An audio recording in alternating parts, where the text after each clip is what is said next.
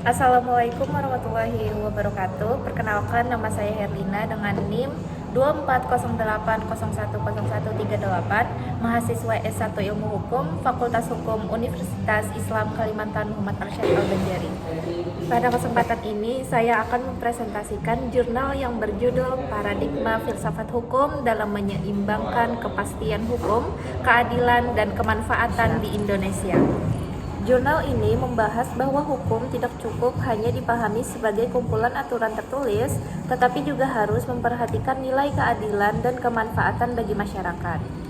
Oleh karena itu, pendekatan filsafat hukum diperlukan agar penegakan hukum mampu menyeimbangkan tiga tujuan hukum, yaitu kepastian hukum, keadilan, dan kemanfaatan. Yang pertama, konstruksi filosofis atau ontologis atau hakikat. Ontologis membahas mengenai apa hakikat hukum itu. Menurut jurnal, hakikat hukum bukan hanya sekedar peraturan yang dibuat negara. Hukum merupakan instrumen untuk menciptakan ketertiban, mewujudkan keadilan, dan memberikan manfaat bagi masyarakat. Dalam perspektif filsafat hukum, hukum juga mengandung nilai moral, etika, dan kemanusiaan sehingga hukum harus selalu berkembang mengikuti kehidupan masyarakat atau living law. Di Indonesia, hakikat hukum berlandaskan nilai-nilai Pancasila sehingga hukum harus mencerminkan nilai keutuhan, kemanusiaan, persatuan, demokrasi, dan keadilan sosial. Inti ontologinya adalah hukum bukan sekedar aturan, tetapi sarana untuk mencapai kehidupan masyarakat yang adil, tertib, dan sejahtera. B. Epistemologis atau cara memperoleh pengetahuan. Epistemologi membahas bagaimana penelitian ini memperoleh pengetahuan mengenai hukum. Penelitian menggunakan metode penelitian hukum normatif, yaitu mengkaji yang pertama teori-teori filsafat hukum, yang kedua asas hukum, yang ketiga peraturan perundang-undangan, yang keempat buku, yang kelima jurnal ilmiah, yang keenam putusan pengadilan, yang ketujuh serta berita daring sebagai bahan analisis. Pendekatan yang digunakan yaitu yang pertama statute approach, yaitu mengkaji peraturan perundang-undangan. Yang kedua conceptual approach, yaitu mengkaji konsep-konsep para ahli mengenai kepastian hukum, keadilan, dan kemanfaatan. Seluruh data kemudian dianalisis secara deskriptif kualitatif sehingga diperoleh kesimpulan mengenai pentingnya paradigma filsafat hukum dalam sistem hukum Indonesia. Yang ke-C, aksiologis atau nilai atau manfaat.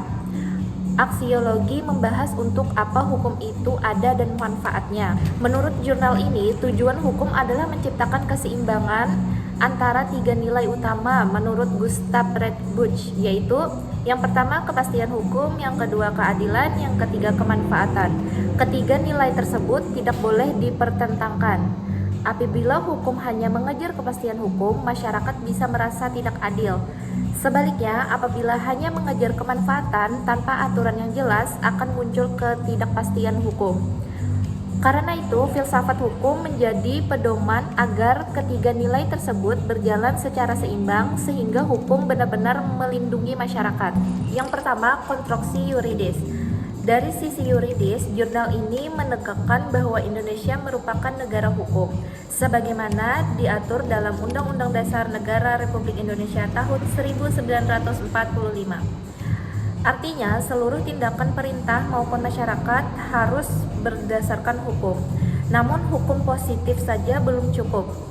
Peraturan perundang-undangan ditetapkan secara konsisten tetapi juga harus memperhatikan rasa keadilan masyarakat. Sebagai contoh, jurnal menganalisis penerapan Electronic Traffic Law Enforcement atau ETLE dalam operasi Patuh 2026. Secara yuridis, ETLE memberikan kepastian hukum karena seluruh pelanggaran dibuktikan dengan bukti elektronik sehingga proses penindakan menjadi lebih objektif, transparan, dan dapat dipertanggungjawabkan. Yang pertama, konstruksi sosiologis. Dari sisi sosiologis, hukum harus sesuai dengan kebutuhan masyarakat. Masyarakat saat ini berkembang sangat cepat karena adanya teknologi, globalisasi, dan meningkatnya kesadaran terhadap hak asasi manusia. Karena itu, hukum juga harus berkembang. Contoh yang digunakan dalam jurnal adalah penerapan ETLE. Secara sosiologis, ETLE memberikan manfaat berupa Yang pertama, meningkatnya disiplin masyarakat. Yang kedua, mengurangi pemungutan liar. Yang ketiga, meningkatkan transparansi. Yang keempat, mempercepat pelayanan publik. Yang kelima, meningkatkan kepercayaan masyarakat kepada aparat penegak hukum. Namun, jurnal juga mengingatkan bahwa negara harus menyediakan mekanisme keberatan apabila terjadi kesalahan identifikasi kendaraan agar hak masyarakat tetap terlindungi. Inti dari pembahasan, secara keseluruhan, jurnal ini menegaskan bahwa pertama, kepastian hukum penting agar hukum berjalan dengan konsisten. Yang kedua, keadilan penting agar masyarakat merasa diperlakukan secara adil. Yang ketiga, kemanfaatan penting agar hukum benar-benar memberikan manfaat bagi kehidupan masyarakat. Paradigma filsafat hukum menjadi jembatan untuk mengintegrasikan ketiga nilai tersebut sehingga hukum tidak hanya bersifat legal, tetapi juga bermoral dan bermanfaat. Kesimpulan dari presentasi ini adalah, sebagai penutup dapat disimpulkan bahwa jurnal ini menegaskan bahwa filsafat hukum merupakan dasar berpikir dalam membangun sistem hukum Indonesia. Secara ontologis, hukum adalah sarana mewujudkan ketertiban, keadilan, dan kemanfaatan. Secara epistemologis, penelitian menggunakan metode hukum normatif melalui kajian teori, peraturan, dan literatur. Secara aksiologis, hukum bertujuan memberikan kepastian hukum, keadilan, dan kemanfaatan secara seimbang. Sekian presentasi dari saya. Mohon maaf bila ada kekurangan. Wassalamualaikum warahmatullahi wabarakatuh.